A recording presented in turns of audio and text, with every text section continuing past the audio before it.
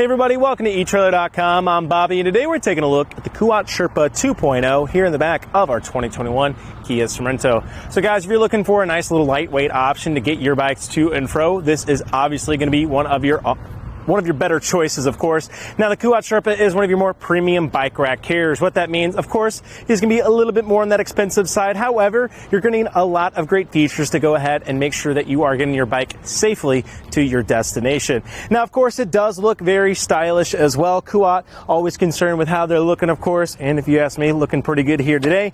You do have your gunmetal gray, and in this as well, you do have some copper orange accents throughout your carrier, which gives it that nice, cool look. Now, if you want to go ahead and accessorize this with your vehicle at home, there are multiple color options available here in the gunmetal gray, pearl, and in black, also available here at etrailer.com. So you can go ahead and pick the one that suits you the most. But it doesn't just stop with style. You are getting a lot of great features, as we mentioned. The first one right out of the gate, you're getting 40 pounds of bike on each of your platforms here. So with that 40 pounds capacity, you're gonna have no trouble getting most of your standard and even into your mountain bike range of bikes on this guy, which is awesome for yourself. So that's gonna go ahead and make sure you have what you need on here. Now, if you guys are needing that 60-pound weight capacity that some of us might need, whether you have any of your bigger bikes or especially those big, heavy electric bikes, I highly recommend taking a look at the Kuat NV 2.0. That's gonna give you that 60-pound rating. Now, it is gonna be bigger, it's going to be a little longer, and it is going to be heavier. So again, the Sherpa sits in beautifully right in that middle range where it's nice and lightweight, doesn't take too much time to get your carrier on there, and of course not going to be taking up too much room here on the back of our vehicle.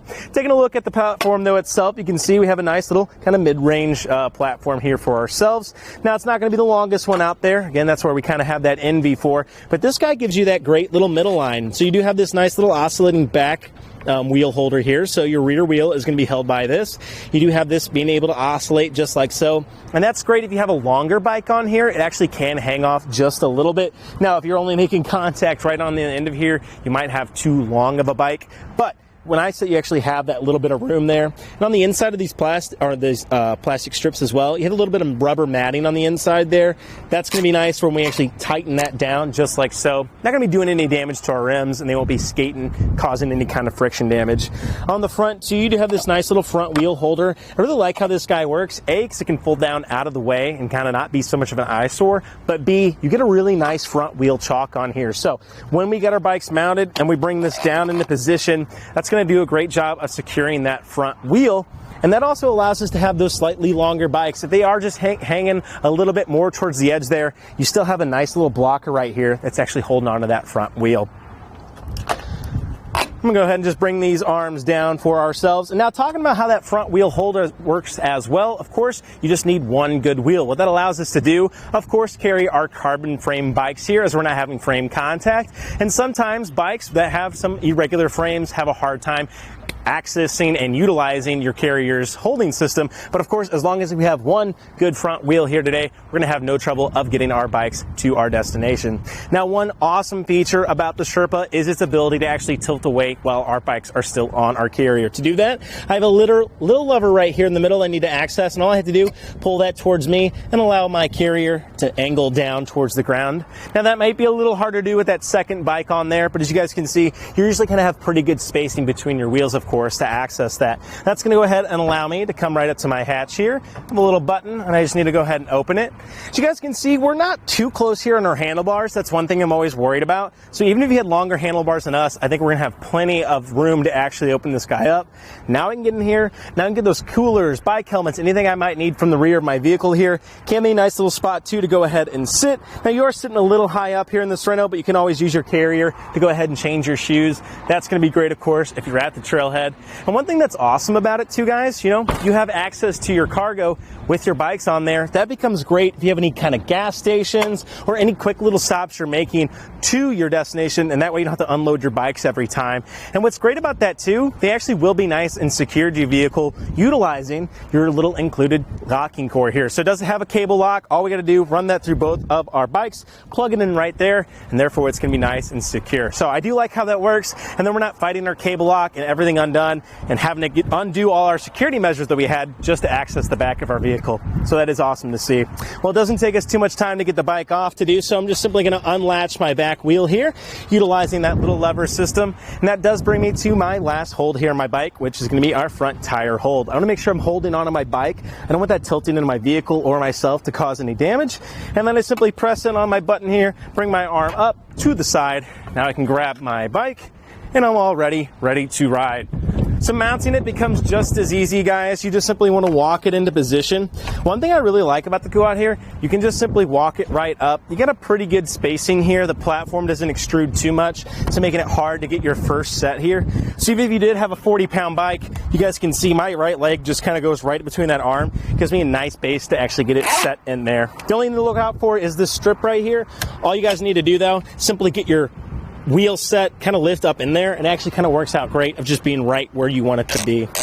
We can just simply bring our arms in now, though, and we can start taking into account exactly what kind of dimensions we're working with here today on our Sorento. So the big one is going to be our clearance from the ground here. So as those front wheels go up, our back will go down, and so will our hitch-mounted accessories. And we really don't want this making contact with the ground, of course, because then our bikes are going to be taking hits, and we just don't want that. So from the ground here today to the very inside is going to be putting us at 21 1/4 of an inch there to the very end of our carrier. So in my opinion, I don't think we're going to have any issue at all here. Now the Sherpa has a very nice rise here on the inner assembly, and you guys can see as it gets further away from our vehicle, it kind of angles up. That gives you just that little bit of clearance for when those front wheels are going up.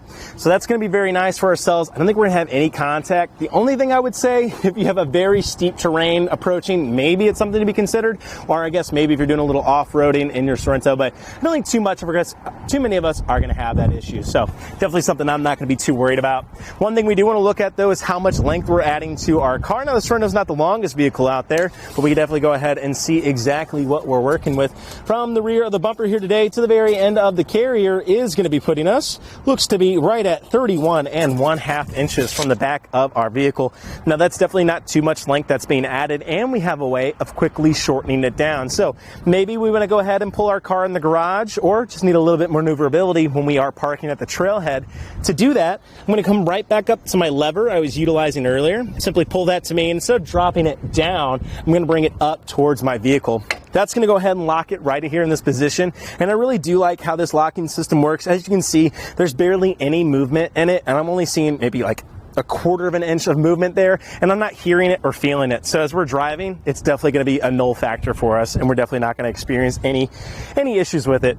On the inside too, some things we might be worried about is going to be this arm making contact with our vehicle. However, because we have such good resistance here, you guys can see it takes quite a lot for that to make contact, and we have a nice rubberized edge on here, so we're not going to be doing any damage to our vehicle. And secondly, if we just do have natural road shake as this moves along the ground, this isn't going to be moving at all. Because of that resistance and it's so rubberized, I'm not worried at all about my carrier making contact with my vehicle.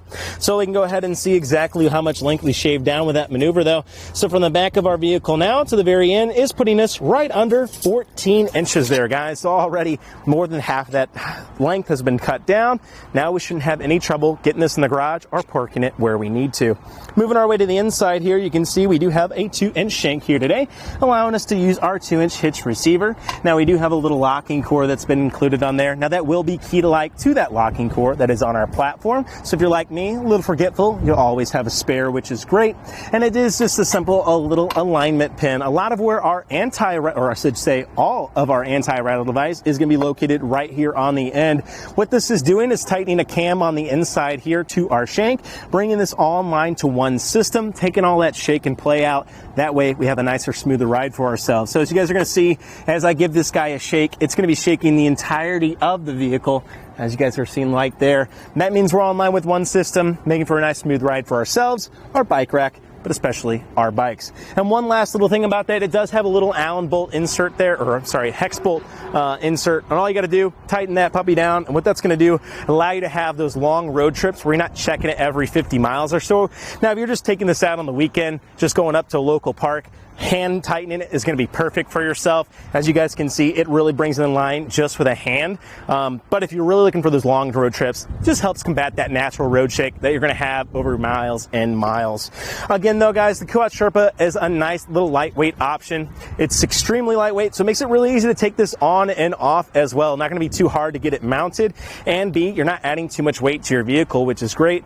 Again, it sits in perfectly for your just kind of road bike to mountain bike range. Again, highly recommend the Kuat Envy if you want something beefier, but I think if this is what you're looking for, it's going to do an excellent job.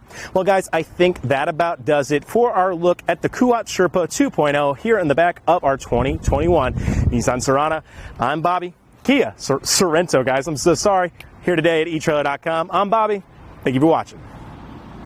Here on our test course, we'll start by going through the slalom. This is going to show us the side-to-side action, which simulates turning corners or evasive maneuvers. Once we get to the alternating speed bumps, we'll see the twisting action. This will simulate hitting a curb or a pothole or driving over uneven pavement.